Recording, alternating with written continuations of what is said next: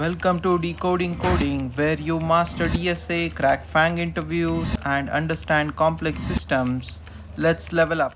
Hey, hi everyone. Today we'll start learning about Kafka components and understand how Kafka works and how different components work together to achieve a common goal.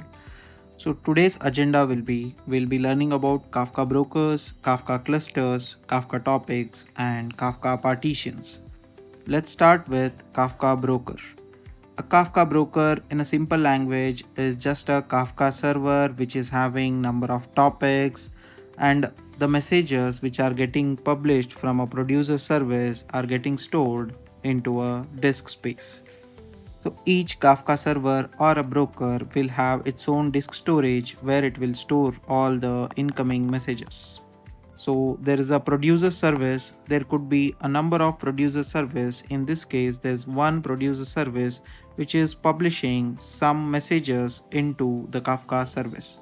So for example, here if you can see, there are three messages which are being published to the service or the Kafka broker. And this particular broker is having two topics, which is orders and payments, and these messages gets published either orders or payments or to the both the topics depending upon the need of this particular producer service.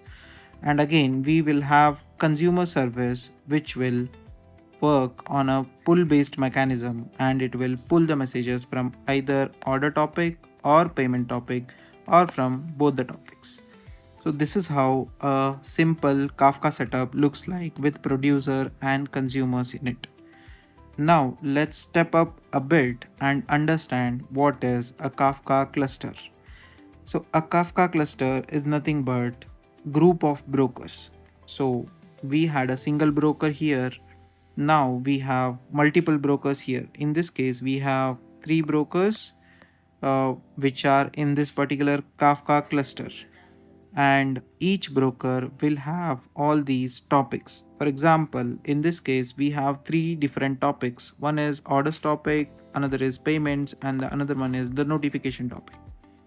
So the producers can publish messages to the relevant topics depending upon whatever the need of this particular app is. So there could be another producer P2 that could be producing into notifications topic or the payment topic or the orders topic. So there could be number of producers. They can produce the messages depending upon their requirement. And again, in a similar way, we have consumers. So for example, currently we have three consumers here, and these three consumers could be consuming from all the three topics or any of the topics depending upon what the data they are looking for. And if we see the topics are nothing but the categories where the data needs to be segregated, and each topic will have number of messages grouped together so that these messages can be consumed by a consumer. We will deep dive into a Kafka cluster and each brokers, how these topics, partitions, and the messages are published and consumed by the consumers. So the next stage would be the Kafka cluster deep dive.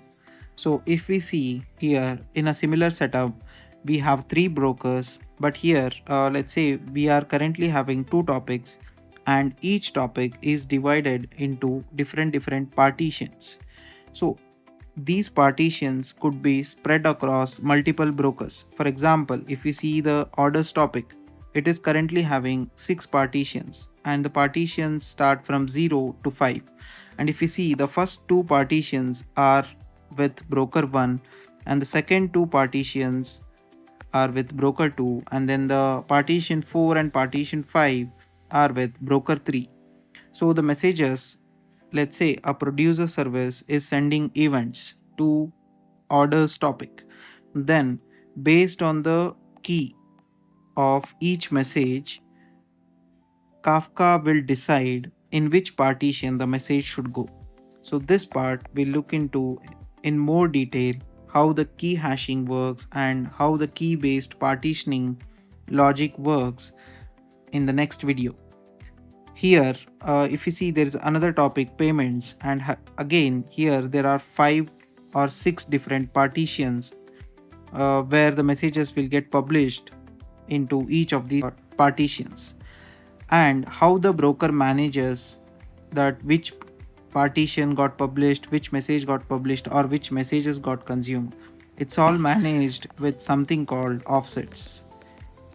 Each message will have its own offset, and again these all three brokers will communicate with each other to understand what kind of data they are receiving, and whether all the partitions are getting used as per the requirement. And these partitions enable parallelism so that consumer can read multiple partitions at a time to read more data in less amount of time. Now let's move on to the next stage. Let's dissect a single topic and see how the messages are getting stored into the topic. So for example, we will take one single topic, which is orders topic. And in this particular topic, let's say we have three different partitions, which is partition 0, partition 1, and partition 2. So what happens? So let's say when the producer publishes a message, it will send a key, and based on this key or the hash value of this key, the partition will be decided whether it will go to partition 0, partition 1, or partition 2.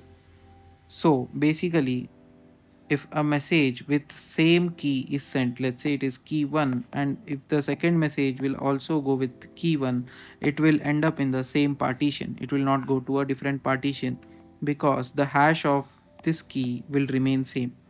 So this is how key based partitioning works, and the messages will be sent to a same partition depending upon what kind of key the producer service is producing. And the other key points to note here is a topic is split between multiple partitions, and these multiple partitions are spread across multiple brokers in the huge Kafka cluster. Again, if you see, the messages inside a partitions are stored in one order. As we see, because of the hashing algorithm or the key hashing, all the similar keys will go into one particular partition, and this also enables parallelism and scalability. So consumers can consume from the different partitions and they can parallelly process the data. So this way it enables parallelism and scalability. So this is about Kafka topics. The one important concept that we need to understand is ordering guarantee by Kafka. So when we say ordering guarantee, Kafka guarantees the order of messages only within a single partition. Across partitions, Kafka does not guarantee ordering. Let's understand what does it mean. Let's say there's a producer service which is publishing messages, and there is this topic which is currently having only two partitions, partition 0 and partition 1. Let's say it is producing A1, A2, A3, A4, A5. Let's say if there is another message that is coming, let's say it is A6, right?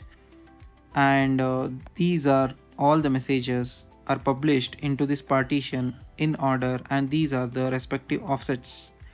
Again, there is another partition which is partition 1, where the messages are getting published in a similar fashion, and all these messages are ordered in a deterministic way. So if we see, if a consumer, let's say we have a consumer service which is trying to consume from these partitions, let's say this particular consumer is consuming only from partition 0, then it can deterministically say that it can process the data in a ordered fashion, because in the partition there is order guarantee is there. Let's say this consumer is consuming from both the partitions, then it will consume something like this. Let's say it is consuming like this. First it will consume zeroth offset of partition 0, then let's say it consumes the zeroth offset of partition 1. So in this way the order will be changed. This is why cross partitioning ordering is not guaranteed by Kafka. If the consumer consumes any one of these partitions, then the ordering is guaranteed. This is the concept of Kafka ordering guarantee. Thank you so much for watching. Subscribe, enjoy, happy coding.